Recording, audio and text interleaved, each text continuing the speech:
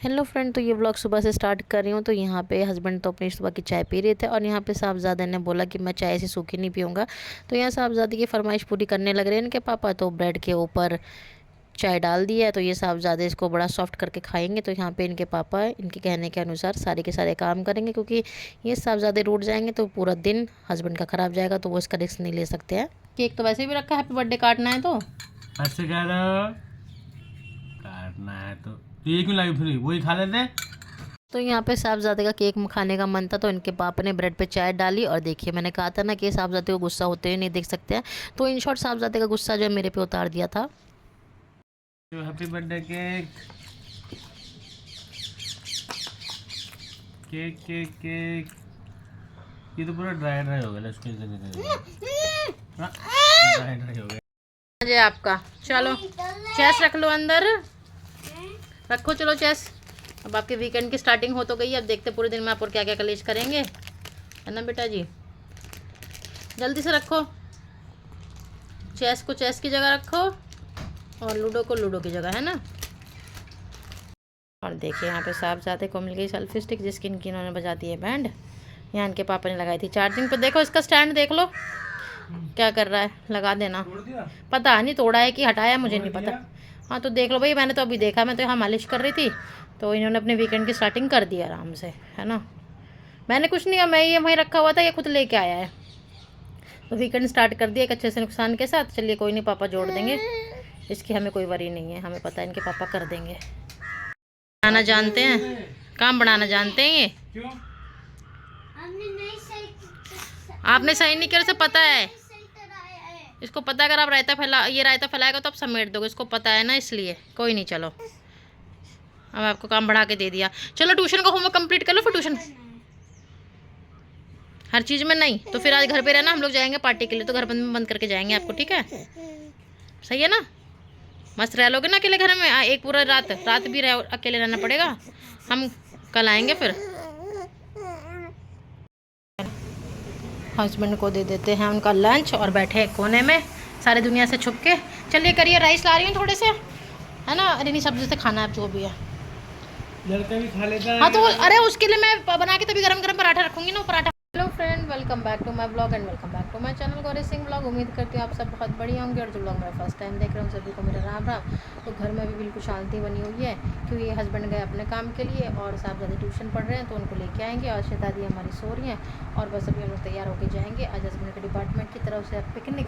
तो कुछ टाइम के बाद थोड़ा सा रिलैक्सिंग है, सारा काम कर लिया, बस साहबजादे खाने का इंतज़ार है। वो थोड़ा खा पी लेंगे कुछ, फिर उसके बाद हम लोग रेडी होकर चलेंगे। तो शहजादी तो हमारी सो रही है, बैग हमने लगा लिया है, और बस उसके बाद अब देखते कितनी देर में हम लोग निकलेंगे।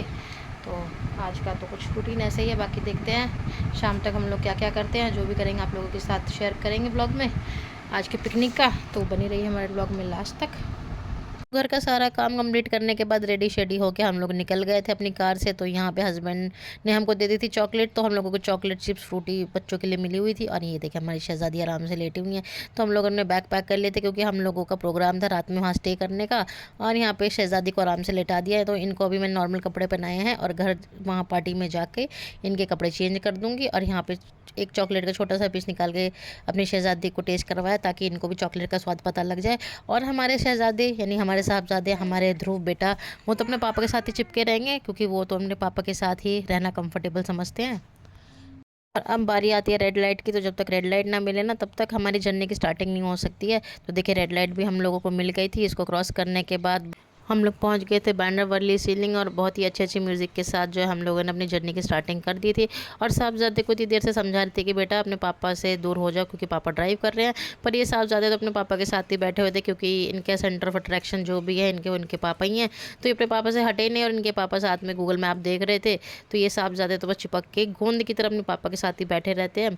तो आप लोग भी प्लीज़ मुझे कमेंट में बताइएगा कि आप लोगों के जो बेटा है वो अपने पापा के साथ क्या इसी तरीके से बिल्कुल गोंद की तरह अपने पापा के साथ चिपक के रहता है। हमारे लाड साहब की शुरुआत दिन की अपने पापा से होती है, और जब रात को सोते हैं तो भी अपने पापा के साथ ही सोते हैं। तो बस हमारे लाड साहब का सुबह शाम दिन रात इनके पापा के साथ ही होता है। अगर साहबजादे को इनके पापा के सामने डांट दो ना, तो मेरी तो क्या क्लास लगती है वो मुझे पता है। मुझे तो हस्बैंड इतना सुनाते हैं ना, तो बस मैं तो इतना ज़्यादा मतलब दूर रहना पसंद करती हूँ कि जब इनके पापा घर पे रहते हैं तो भैया आप संभालो बेटे को, मैं संभालती हूँ बेटी को। तो कुछ इस तरीके से ना मेरा वीकेंड जाता है। और यहाँ पे हमारे दोनों बच्चे जो है थोड़ी देर के लिए सो गए थे।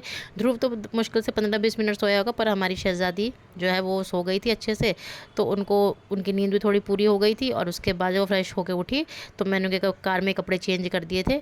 बस अब बेसब्री से इंतज़ार था कि हम लोग कब पिकनिक स्पॉट पहुँचेंगे। और यहाँ पे देखिए हमारी साहबजादी इनको रेडी कर दिया। और नींद पूरी होने के बाद ना बच्चे बहुत ज़्यादा खुश रहते हैं, तो हमारी शहज़ादी ये भी बहुत ज़्यादा खुश थी। और इनके हाथ में इनका डंबल दे रखा था, और ये मेरी गोदी में थी ना, तो इतनी ज़्यादा खुश थी टचवुड। तो ये बार बार खुशी के मारे कभी मेरे बाल पकड़ रही थी, कभी मेरे कान, और डंबल से तो ये ऐसे मुझे बजा रही थी जैसे पता नहीं कौन से जन्म की दुश्मनी थी। जिस जगह हम जा रहे थे ना, वहाँ के रास्ते बाय गॉड इतने ज़्यादा ख़राब थे ना, आधा टाइम तो हमारा ट्रैफिक ने ले लिया था, और वन साइड ट्रैफिक हो गया था। तो उसकी वजह से भी हमारा टाइम तो जो हमको 15 मिनट में रास्ता पहुँचना था, वहाँ पर हमको आधे घंटे से भी ऊपर लग गया था। और हमारी हालत इतनी ख़राब हो गई थी। वो तो अच्छा है कि हस्बैंड हमें कार में लेके आ गए थे, नहीं तो अगर हम बस में जाते तो हमारी हो जाती हालत ख़राब, क्योंकि हस्बैंड के डिपार्टमेंट से बस गई थी। और हस्बैंड ने बोल दिया था भाई मेरे बच्चे बहुत परेशान करते हैं। तो देखिए फाइनली हमारा जो रिजॉर्ट है इसका नाम है सान्या। तो फ्रेंड्स इस व्लॉग को मैं यहीं पे एंड करती हूँ, और नेक्स्ट व्लॉग में कंटिन्यू करूँगी कि मैंने सान्या रिजॉर्ट में यहाँ पे क्या क्या एडवेंचर किया और क्या क्या एक्टिविटीज़ हम लोगों के लिए थी यहाँ पे। तो फ्रेंड्स इस व्लॉग को मैं यहीं पे एंड करती हूँ। मिलते हैं नेक्स्ट व्लॉग में, तब तक के लिए बाय बाय।